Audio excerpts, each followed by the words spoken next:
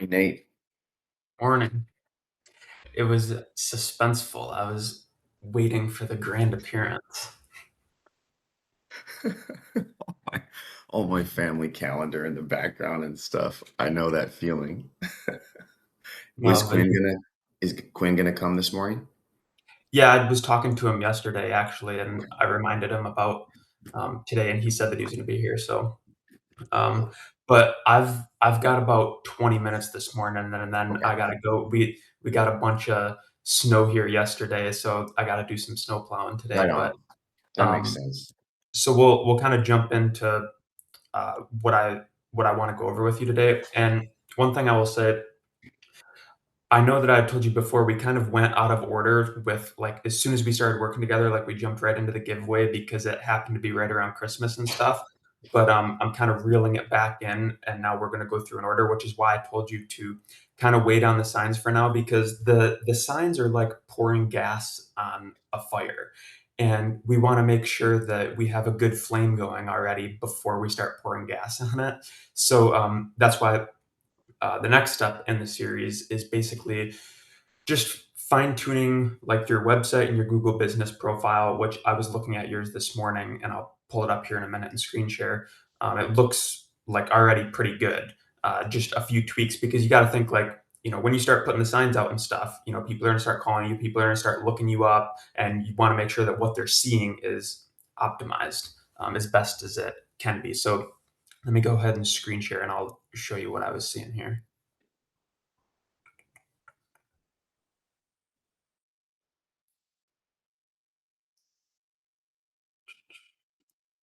Okay. Do you see my screen here? Yep, Okay. You see your Google business profile and stuff? yep. Okay. So this is an incognito tab so that way uh, it should be about as close to possible as like when a customer looks it up, like because it doesn't have any history on me or anything. So what I was seeing basically is a couple things. I'll just rapid fire and then we can go from there. But I'd say Pismo Adventures, it's a little bit broad when people look at it. They probably might wonder what it is because you got to think people are searching like fishing charters in Pismo Beach, California, like wherever they would be looking it up. Like if they see Pismo Adventures, it's like, well, what is that? Like if I was you, I would say you kind because I see it says hunting club right here, which also probably isn't really the best descriptor of it. And I was looking through at your reviews, and it's a good mix of fishing and hunting. But if it was me, I feel like you kind of have to uh, pick what you would label it as. Yeah. So it could be like Pismo Adventure Fishing Charters or Pismo Adventure Hunting, or it just you need some sort of descriptive word in there because you can see when I just do a Google search of fishing charters and Pismo Beach, like you you are nowhere to be found at all anywhere in this first page, and there's no reason you shouldn't be beating this guy. I mean, whoever these two people are, they have like hundreds of reviews, but this guy only has like 10 reviews. You should be in this third spot for sure. Um, so, which I feel like if we make a little bit more of a tweak, because right now Google doesn't know really that you're even a fishing charter. It doesn't say fishing trips or anything anywhere in there except maybe Can't down here. But can't we do both, Nate? I'm concerned about my deer hunters will think I don't know how to deer hunt, and like it really helps the bottom line doing both. Now, 8 years ago, I was just making money fishing, or excuse me, hunting, but now it's both, especially yeah, after well, that really good season. yeah, which to be clear, I'm not saying that you like literally give either one of them up. Like Okay. definitely keep doing both of them. I'm just saying in your marketing, like from a Um, customer perspective, I don't know what this is, especially since this picture here, like your cover image is just like a picture of nature, which is fine, but it's yeah, like I just don't get what I'm looking at. Like it like Pismo yeah. Adventures, Now I that's it. understand. It's I a scenic understand. picture. So that's kind of my thing. And then the biggest thing is just that, like, what do you think people look up? Like, if you had a crystal ball and you could make a wish to show up at the very top of if somebody looks something up, do you think most people are looking for fishing in Pismo Beach, or is there an area that you think has more search traffic that you'd want to be in? Yeah, probably. fishing Port San Luis or fishing Avila Beach because that's where the port is. The port's not in Pismo. Okay. Whoops. Avila, is that how you spell it? Mhm, A-V-I-L-A. Avila. Okay. There they are. Yep, Patriot, they're awesome. I've been out with them probably 20 times, maybe more. Yeah, they're pretty dominating on the and I'll even go to the second page just in case, but nobody's going to Yeah, the second page, everybody. Yeah, so you're not even on the first or second page. I'm not saying that you have to beat Patriot and take the number 1 spot, but I'm saying we wanna be on this first page somewhere. okay. Because if that's what people look up, like, you definitely wanna be My showing it. my clients aren't like I don't have to compete with the Patriot and I can still happily make thousands of dollars a month. Um, Yeah, yeah. they th they even,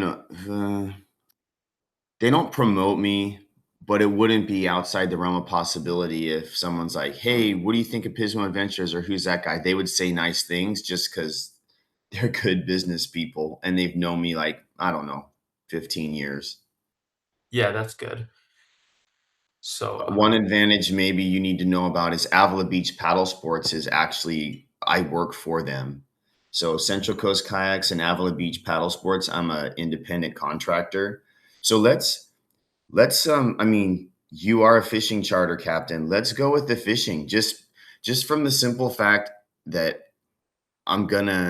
it's closer to home and I really am focusing more on that right now because I still can take people for halibut. Like I hit my goal last week of um, going out and looking for halibut, and then I got a side cabezon, and I'm trying new spots, and it seems to be working well. I booked a deer hunt yesterday, so that's great. There's only 2 spots left for my deer ranch, so 26 is off to a great start. That momentum just carried right through from the end of last season. yeah, that's good. That's what you want, the momentum. And, so just to kind of wrap up the Google business profile side of things here, and then I'll jump into your website real quick. But just to kind of show you what I mean, um, like my core area is Lexington, Michigan. That's where I want to show. So boom, somebody looks up fishing charters in Lexington, Michigan. Bam, right up there, and it's like so you can see mine. I say it's Michigan on fishing charters, and I literally put Lexington. Like I put the word in there just so even when people search it up, so that it's like bang, like right there. It helps Google grab that keyword. And then the other thing that I do is I say that I'm open 24 hours, which obviously I don't actually, run trips 24 hours a day. But what that does is if somebody looks up fishing charters in the area at like 11 o'clock at night, like if they're before bed or something like that, Google doesn't really, and this is my opinion, I obviously like haven't talked to Google about it, but from the data that I've gathered over the years from it, they don't seem to like to promote a business that is closed at the moment that somebody's looking for it. Because if you think about it, Wow. like coffee shops, restaurants, like if I look up coffee shops in San Diego, California, and one is closed, Google doesn't want to recommend that to me because I can't even go get a coffee. They're closed. But they don't realize that like fishing charters and stuff, it's like we take calls pretty much all the time. So what'll happen is it'll hurt your ranking if somebody looks you up past, like you say you close at 7 p.m. or open at 5 a.m. Like if somebody looks you up at 8 p.m., like it's gonna be hurting you. Gotcha. Man, it's so subtle. Okay.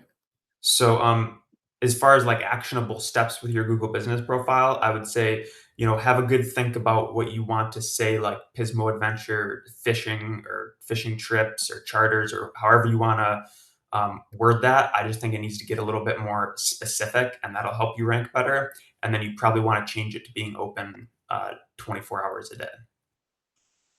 But I see other than that, it looks like 3 days ago you made a post on there and stuff. So then January 18th, another one, October 9th. So you stayed pretty consistent with keeping it up to date, which is good. Okay. So That's mainly the Google Business Profile stuff. Now, the last thing here was your actual website, which don't worry, I'm not going to give you a bunch of laundry list stuff to do here. It already looks really good. Just the main thing that I noticed was you left your special offer till end of 2025 guarantee in here. So you're going to want to probably take that out. Otherwise, it just looks like outdated. You know what I mean? Okay. Unless you plan on like running that as just, you could just run that as an evergreen offer, like unless you just wanted to. No, I don't want to do that yet. I want to turn it back on when the fishing season starts, but I don't want my halibut people doing that because they don't have as good of a chance. Okay.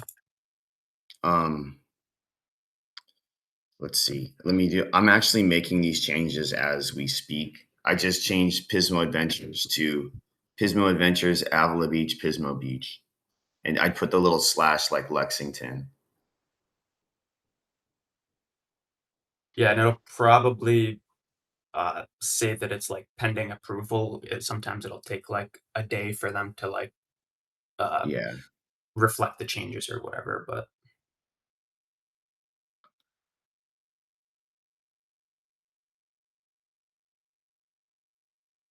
Can you tell me where that guarantee was again? I see book before the opener, $100 gift card for 50. I it don't see was, where oh, it's on my website. Okay, okay. yeah, it was on your website.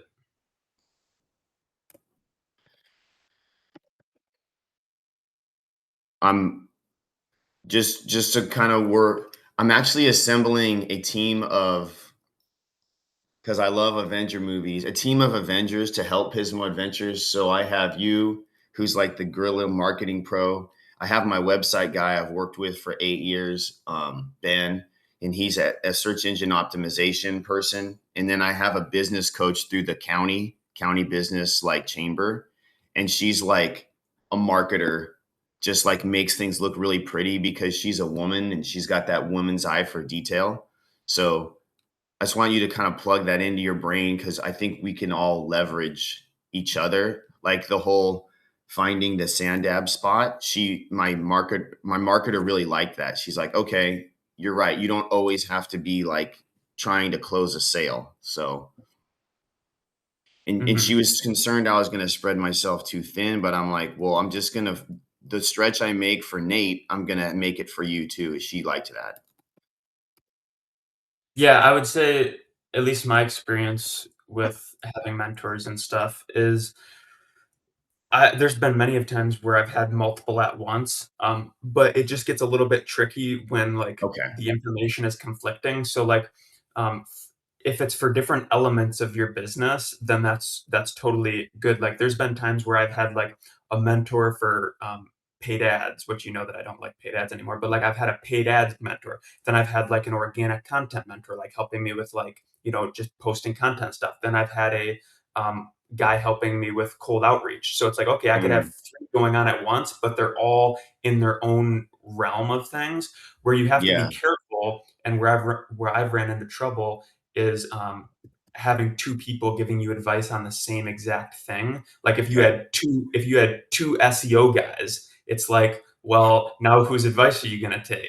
So you could look at it through the lens of like, hey, I'd just like to have two different people's opinion, and I'll be the judge of whose advice I take. Which that's totally cool. But I've just found that it puts me in a weird spot when I do that. Because then the one guy that I'm talking to, he's like, "All right, yeah, did you make the change?" And I'm like, "No, Jim told me to do this other thing." And he's like, "Well, dude, what the heck? What'd you hire me for then?" Okay. So just something to keep in mind. And I don't care, like for me personally, like you could have three more people helping you with the same exact stuff I am. I'm happy to just give you my opinion and do what you will with it. I'm just saying, from your perspective, it can get a little overwhelming when you have too much advice on one thing. You're right, and now that you mention it, it did happen, but it was in my comfort zone for, like, what I could do. Um, yeah, it and you've noticed I do get overwhelmed and I'm trying to do too many things. I like that you remind me to just be single-minded focused. It's the best way to get really good at something as fast as possible, because if you like, my biggest, like, quantum leaps, I guess you could call it, with anything, um, has came when I just focused on one thing. Like, if I'm trying to learn paid ads, and I'm trying to learn organic content, and I'm trying to learn cold outreach all at the same time, how in the world could I expect to beat someone who is just like, "I'm gonna become the best at organic content," and then that's just, like, what they focus on. And then maybe they hit that level, and they're really good at it, and then they're like, "Okay, now I'm gonna expand, and now I'm gonna focus on paid ads." And then they're just focused on paid ads for, like, a year, and they get really good at that. But when you are trying to do too many things at once, it's so tempting, trust me. I fall into the trap so many times, and I have to Right. catch myself and pull myself out of it. Uh, either that or you just have to set expectations. You just have to be like, "Yeah, I wanna just kinda, you know, try these different things, see if something, takes off or whatever." Like, you just have to go into it with that expectation. It's all about the expectations you set for yourself in your mind. You just can't do everything and be the best at everything. Well, and I reminded Christine, like, I have my goals, but those are destination. I'm focusing on process. So I have the goal, but what I did last week and a stretch is just a way to do something new to achieve that goal. I focused on finding a new fishing spot because that's something I can control. I can't control that someone would book between in a 2 week period. So I'm focusing on that, and then yeah, you're right. I guess I because I do the fishing thing as a summer job, there's not as much pressure to convert sales, even though I want to. Um, but the worst choice than getting confused is for years I just am like, well, I'll do it myself. And then I don't, I'm so close to the situation. I don't see any of the mistakes I'm making. So Mhm. What do you mean by that? Like, that you're too close to the situation? like I didn't even realize, dude, Mike, just put Pismo Adventures slash Avila Beach and Pismo Beach, and then people know where you are. Put 24 hours. Those kind of mistakes, they could cost me one impression, 10 impressions per month, one call, and I don't even see it. It's like I don't know what I don't know. Yeah, I get what you're saying with that now. Yeah, I mean, you can't help that as so much. That's if you don't know something, yeah, I don't have a creative way to put that into perspective, Okay. but I get what you're saying. So, what were you I know, like, a week or so ago, you texted me and you were saying that you had, like, were you saying that you had 8 leads? Or the number 8 is standing out in my mind. Yeah, What they're already booked for April 1st. So those gift certificate people that booked and sent me money, they're on the books. So I have my one deer hunter. I think I want to have 8 hunters. I'm multiplying my numbers by two. Eight deer hunters and 20 fishermen. That's my explicit goal for 2026. And so I'm already got my one deer hunter booked. I've got 8 fishermen booked, and I've never started a season like that. So I'm super amped. I'm like, oh my gosh, this is like it's starting to snowball. when do you think your busiest time is, like, where you're like, "This is the time that I normally would, like, pump up the bookings," because, like, for me here in Michigan, it's, like, pretty much, like, April through, like, September, and then once you get around Halloween, like, it just, like, boom, Oh, it just wintertime, it just slows right down, and then, like, right around when the weather breaks in March, it's like everybody's got cabin fever, and then, like, if you look at it on a graph, it's just like, whoosh, like, right back up. So, like, right now, we're in the deepest part of the slow season for, like, most yeah. guides in Michigan, unless you do ice fishing or something like that. But when is your busy season out there? Um, June to September, because that's deer season and it's fishing season. In fact, it's almost funny. I can count on it. The day I go back to work as a teacher, I'll get a call like, "Hey, take me fishing, take me hunting." And I'm like, you're gonna have to wait. I don't do any trips Monday through Friday now. So Yeah, yeah. Interesting. So, shoot, I mean, if you're coming in already and it's only January with that much momentum and your busy season isn't for like another 6 more months, things are looking pretty good then. yeah, well, it's all this hard work I've been all the time and stuff. My wife was teasing me. She's like, "Those meetings don't mean anything. You're just talking about feelings." And I'm like, "Well, it's kind of part of the business process because she's a business owner, but it's because I make her do that, and then it pays off. So she doesn't have that. It's funny, but I've run enough businesses that I know you do the work now, you change your mindset, and then the bookings start coming in. It's happened. It's a cycle I've seen. Yeah, well, 2 things. One is, I think I've heard somebody call that the echo effect before, where, like, you Yeah, do the work and then you don't necessarily see the results for a little like, there's a lagging effect. But, 2, as far as just, like, the, talking about your feelings, like, I could totally see your perspective on that, and I try to have a balance with it because I don't want that to be the sole case, like, that's why whenever we have a conversation, I like to make sure that, like, there's at least like, it's a delicate balance because if I came into this call, like, with just bullet points, and I'm like, "Yep, yep, just do this," and then, like, that was the end of the call, it's like, you kind of wanna make it a little bit personable, but then also, yeah, like, at least now, like, when we get off the call, like, you know those things to do with your Google Business Profile and your website, so it's like, I always try to have a few nuggets in that are, like, concrete action steps, because the last thing that I want is, like, for you to get off the call and just feel like we talked about our feelings, yeah. like your wife was saying.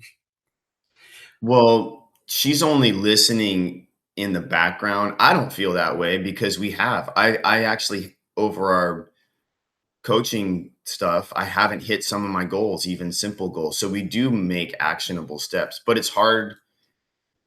I get what we're doing. It's hard for people to imagine it. Like to me, finding that new fishing spot, which was only like 500 yards from my other fishing spot, they and I can take people for halibut there. That means a lot. So yeah, Okay. I'm trying to think of what else. I text Quinn to remind him a few minutes ago that we were on the call. He must be busy with trucking or something this morning. yeah. But I'm just trying to think. Okay, so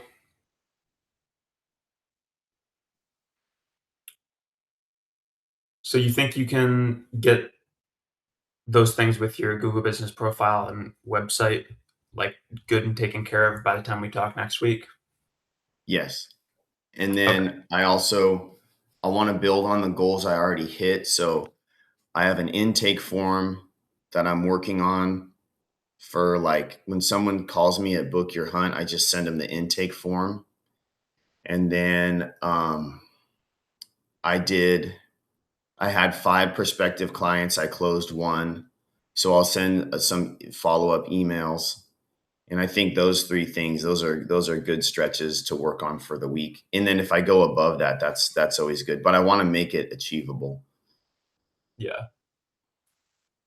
What's that thing that you always say? Something measurable and achievable. Measurable, time-bound, achievable. Yeah, yeah.